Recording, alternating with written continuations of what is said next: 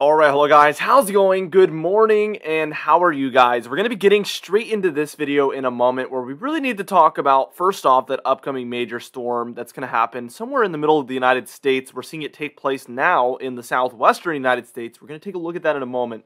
It is going to spread through the central United States and in through the southeastern United States. It's going to bring a lot of snowfall to a lot of the northern regions of the United States as well. So much to talk about and a lot of severe weather that we know a lot more about.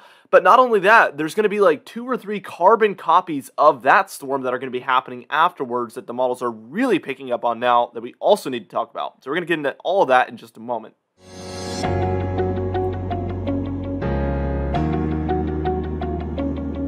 Anyways, before I get into this video, be sure to smash that like button, leave a comment down below, and subscribe for more weather-related content. For today's comment of the day, I want to know, which storm do you think will be the most major? The first of these storms, or do you think that one of the other ones is going to be the more major one? Let me know in the comments down below, and I'll be picking one of those for tomorrow's video. Let's get straight into this video, and first things first, we're taking a look at our national radar imagery here, and as you can see, a lot of the storminess, again, just like yesterday, is happening in this western third of the country. We do have a bit of snowfall showers up there in the northeast, maybe some thunderstorm and shower activity going on in the southeast, and then a bit of some thunderstorms and showers also for the south central and maybe some of the Gulf states there that we also need to talk about. So a few different features that we really need to touch on. In the model guidance segment, we will break it down from west coast to east coast, so rest assured, if you stay tuned, we will be talking about that. All right, now let's break it down. First off, Washington State and some of these more northern states as well. We have a lot of this flowing in from Canada from the north here, especially the further east you go here. We do have some rainfall, obviously, going on for Washington here, but it's really this snowfall up here in the northern regions of Montana and Idaho that are pretty interesting. And this is a pretty large area of snowfall, so we're probably seeing quite a bit of it come down here at this point. The Rockies and the surrounding areas, basically west and east of there, are very, very difficult to forecast because there's so many different things going on. Whereas in kind of the flatter regions of the eastern United States, you usually just see a big storm with some precipitation around it, and it's pretty easy to forecast where that heavier precipitation is. But in the west, it's like, okay, there's a pocket of snowfall going on up here in the mountains. We see some pockets here in the lower valleys. There's also a feature over here where there's some snowfall coming down, and then when we zoom out, it becomes even more confusing, where it's like there's snowfall down here, there's snowfall here, there's snowfall here, there's snowfall here, and in between there's nothing, and then there's snowfall here as well. And then some rainfall here on the western end. It's all sorts of things going on, and it would just take hours to break it all down. Generally, we can tell the flow is heading south here. This is all associated with this low pressure system that's really going to develop. We're going to see snowfall developing somewhere in here, maybe even further south, as the storm heads further east. Now, our low pressure system, I'm convinced, is somewhere about right here. Over southern California. It might have even moved further east over time. We saw the spin was generally here, and then by the end of it, we could see most of the spin is over here. So it is moving further eastward, and this is going to rapidly move further eastward over towards Texas and Oklahoma as the day progresses. What's interesting about over here in California is we did have some thunderstorms there near southern California and in through these northern regions of Mexico here. So you'll see the lightning in just a second when we take a look, really taking place in there. Little tiny lightning symbols indicating some thunderstorm activity. Now let's go ahead and take a look here at Texas, because we are expecting some severe weather up here to the north, so mostly north of that line, even north of this that's covering it up. We'll take a look at that later on, but we are seeing some flow of some of these showers and thunderstorms heading into some of these states. So this is that warm air, warm humid air already moving into place. We're going to, like I said, see this low pressure system move up north. It might even be further north than that. It might be about like this, just like that. And what happens is when the low pressure system's here, for instance, we'll see a cold front underneath it and then a warm front over top of it. So we're seeing the cold air rush in like this from the west, and we're seeing this warm air head north here from the south, from that Gulf moist air.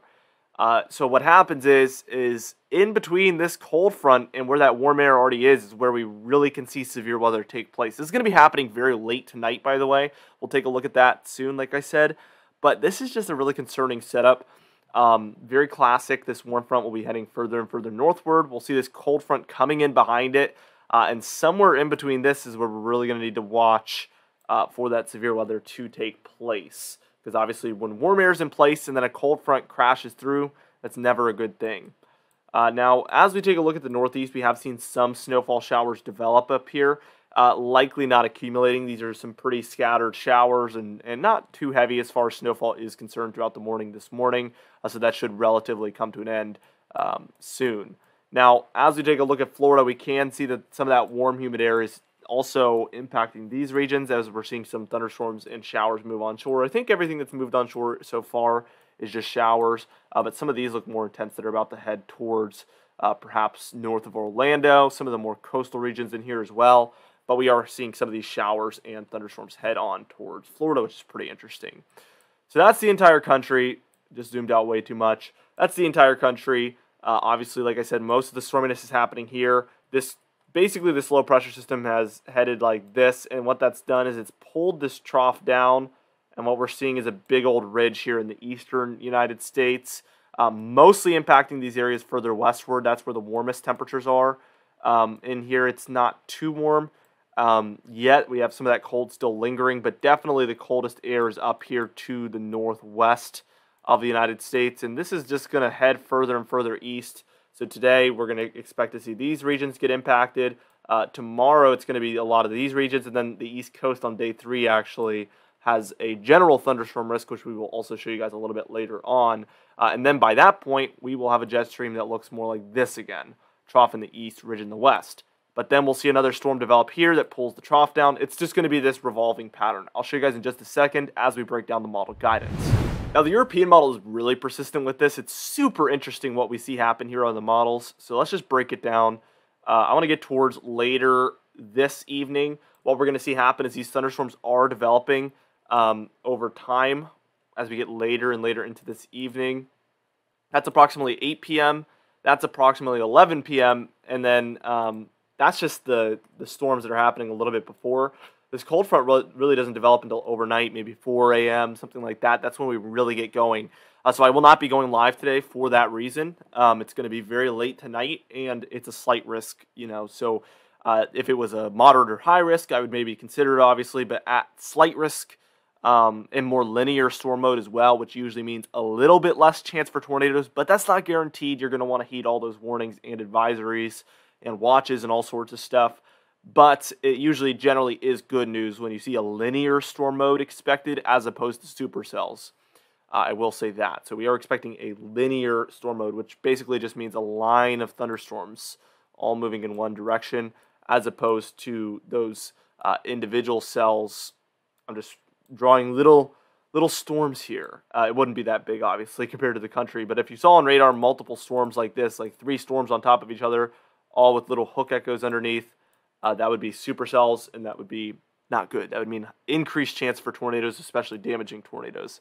That doesn't mean that there can't be damaging tornadoes today, though. So we see this severe weather really break out in these regions especially.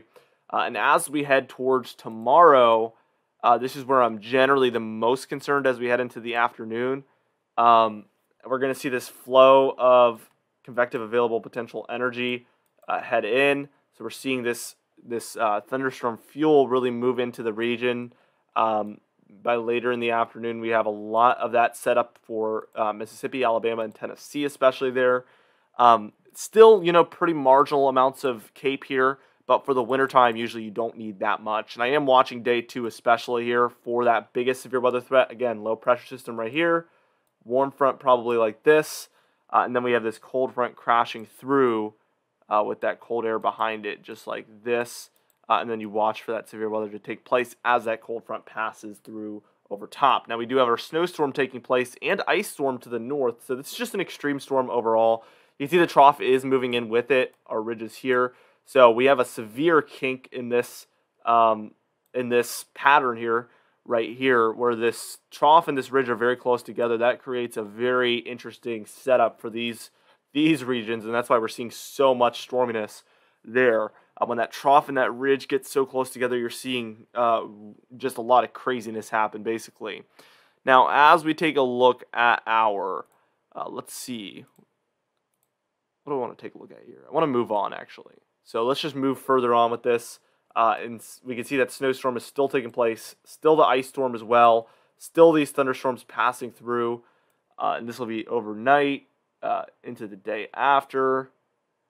Mid-morning, you can see the East Coast being impacted. So mid-morning into the afternoon, I do expect some thunderstorms to be possible here. Temperatures are going to be quite high, okay, Thursday into Friday. We are taking a look at generally for this eastern seaboard region by Friday. Let's take a look, actually. Let's just break this down. Thursday is going to be potentially quite warm, actually. So we look at the high temperatures getting into the 70s for a lot of these regions, up into Virginia, North Carolina, even areas in Tennessee and Arkansas as well. 60s for New Jersey and Pennsylvania and Maryland. So we are looking at warmer temperatures on Thursday, and that's going to help make things more unstable, really. And then the next day, we see this cold front really coming through. We're going to get into the mid-60s, which I would say is sufficient for thunderstorm activity. Especially, let's see if we can find the dew point here. Yeah, especially with those dew points in the 60s, that's going to be highly sufficient for thunderstorm activity, actually. And that combined with some CAPE available, especially if we look earlier. Actually, this is a lot more limited than it was on a couple frames ago or a couple days ago. Or even yesterday morning, but still having any CAPE is going to be enough for thunderstorm activity. So even though this is under 100, obviously no severe weather will be possible really for these regions. I guess it's possible, especially wind risks, but not likely at all. That's why we have the general thunderstorm risk. But I do think thunder is definitely a possibility as these stronger storms come through underneath our low pressure system. Warm front's about like this now. So warm air is out to sea. Cold air is crashing through as this trough approaches the eastern seaboard. Now that we're all said and done with that, let's move on towards the end of the storm. Okay, so storm's done. Let's take a look at that total snowfall real quickly. We do expect higher amounts. We're starting to get higher in those amounts again. In general, dusting, if anything, in the grays, 2 to 6 inches in the blue, 6 to 10 inches in the purple, and then 10 to 20 inches of snowfall there in the pinks. So we see a lot of that there for Kansas, Missouri, Illinois, Indiana, and Michigan especially there. A lot of the Rockies as well seeing that. The West Coast, you're basically done with your snowfall for that storm. Now, let's take a look at that ice. Can we take a look at the ice? Let's see. I have to scroll down. Let's see. Freezing rain. Okay, so freezing rain, in general, these light pinks, you can see there's basically two color shades here. The light pinks are going to be a glaze. Light glaze, if anything. And then those purples is we're going to break into a 1/4 inch to a 1/2 inch, which is where you start to get impacts. So anywhere you see these darker pinks set up like northern Ohio, central Missouri there that I just underlined, those two areas are going to want to watch because that is where we're at, like 1/4 inch to 1/2 inch, maybe more than a 1/2 inch, which is where you start to see really those impacts begin quickly with ice storms. So we're going to be watching for that. Now, we're going to break down the severe weather at the end of the video, so stay tuned for that because I have to make basically a different zoom, so it's easier for me to do it way later in the video. So let's keep going with this pattern. So this storm will be said and done, by the way, by Friday, and then Saturday is going to be a little bit more quiet with some snow showers up here in the northeast as we have another clipper system rolling through as well. But we see something happen already. We see some storminess return to the northwest, so we're getting that return of the activity for the west. We're seeing that storminess really build in Sunday, Monday, and it's a little bit different, but what we see take place over the course of between Saturday, where we have the trough centered here and the ridge centered here. So again, the jet stream looks like this. Watch how it progresses. I'm going to leave that on screen. Watch how this just changes completely. Monday. That's 2 days later. Monday. Look at that. Complete opposite. We were like this, as you can see, and let me switch to color here. In the green, this is what we see now on the jet stream. So complete opposite. Okay, it looks like I'm trying to draw DNA there. It's complete opposite there. So let's just move this back to yellow. And what we see happen is another low pressure system develops here in the central United States. Again, jet stream is about like this. Warm air is returning to the east. So we're seeing this early spring-like pattern that I mentioned earlier return for the second time now. Storminess building in here. When we take a look at the severe weather, we do have CAPE in the area. So we do a lot of CAPE, actually. This is way more than our current severe weather event that we're watching for. Greens are going to be 1,000 plus, and yellows will be 2,000 plus. We're starting to get elevated with these CAPE amounts, just like springtime, for that next event, which is very, very interesting to say the least. That's going to be for Monday, February 21st, and we do see that storminess take place. And then we see this low pressure system here. Again, cold front crashing through, warm air out ahead of it, just like this. Jet streams about like this. And we're going to watch this trough move further east again, just like it did on our previous storm. So let's just, I just zoomed all the way to the end. Great. Okay, so let's just take a look at the high temperatures on Tuesday and see if there's CAPE on day 2 of that event. And there is for the Gulf states again. So we're going to maybe have a second carbon copy event, basically. I mean, it's almost identical. We see the snowfall. It's quicker, I will say that. So we see the snowfall take place in similar regions. The ice take place in similar regions. The low pressure system travels in similar regions. And we see the severe weather in similar regions. And by that Wednesday, we do see some thunderstorm activity here again for the southeast. And then what happens by Thursday? Get this. Another storm develops in the same region. Again, here's the setup. Cold front to the south. Warm front to the north there. Warm air shoving its way up into the southeast. Again, this is the 3rd time it's happening in a 10-day period. And then we see that move up with a very strong cold front underneath it. Very large snowstorm to the north, and overall just a very interesting pattern we find ourselves in. Now for this frame, I also would like to see if we have CAPE again, better yet. So more limited this time around, but yes, on Friday, February 25th, we do have CAPE again. So we might be taking a look at 3 separate severe weather events of different, obviously, intensities, but it is just so interesting to see here on the models, this persistent pattern. If we switch to the GFS, we see this happen as well here. Storm 1 of that type of storm. Then Storm 2 builds in of a very similar type of storm. Storm 3 there. Storm 4. Storm 5. Storm 6. That last one was very different, though. And that's through March 4th. So between now and the beginning of March, we could have up to 5 or 6 storms that are very similar to this one take place. So we're going to get in this very, very persistent pattern that just can't be broken, according to these models, of just over and over and over again. Warm up, cool down with these low pressure systems building in the central United States and then heading up through the northeastern United States, even into Canada, bringing severe weather and thunderstorms underneath, snowfall and ice to the north. And they almost always take a similar track, except, again, that last one we saw in the GFS that headed much further south than the rest. But it is very interesting to see us persistently in this pattern. Now here's the severe weather. This is day 1. We have a general thunderstorm risk here in the lighter greens, which means no severe weather is really expected. It's certainly possible, but it's not very common in those. These general thunderstorm, or sorry, better yet, these darker green marginal risk regions is where we expect isolated severe weather to be possible, but it's not super likely. It's just usually we see a couple areas of severe weather take place in these regions. So that's the darker green. The yellow is the slight risk region for Oklahoma there, and then very far northern Texas near Dallas and further west of there. And that is generally where we expect scattered severe weather to be possible. So we expect more severe weather in there than anywhere else. Wind here, we see a 5% chance within 25 miles of a given location there within the brown, and then a 15% chance within 25 miles of a given location there within the yellow of damaging wind. And then it's the same percentages and area, mile region that we're taking a look at on all of these. So a 5% chance of hail here in the brown, a 15% chance of hail there in the yellow. Tornadoes, we see a 2% chance there in the green, and then a 5% chance there in the brown, which thankfully is quite marginal. I think it's mostly because it's happening overnight.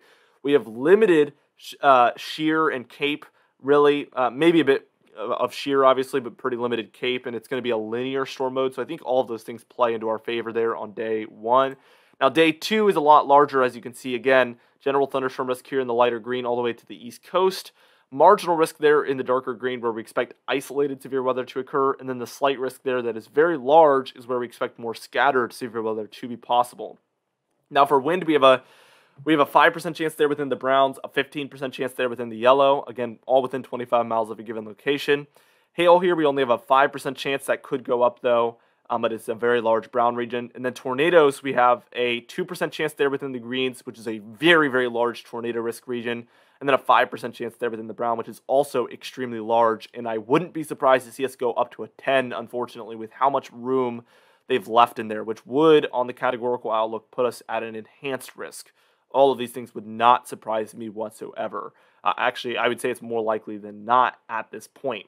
Now, it is worth noting that day 3, we have a general thunderstorm risk along the eastern seaboard, like I mentioned. I've been talking about this for days, that I do think that this day here on Friday could bring some of the first thunderstorms, especially up here for the mid-Atlantic and northern southeast, I guess.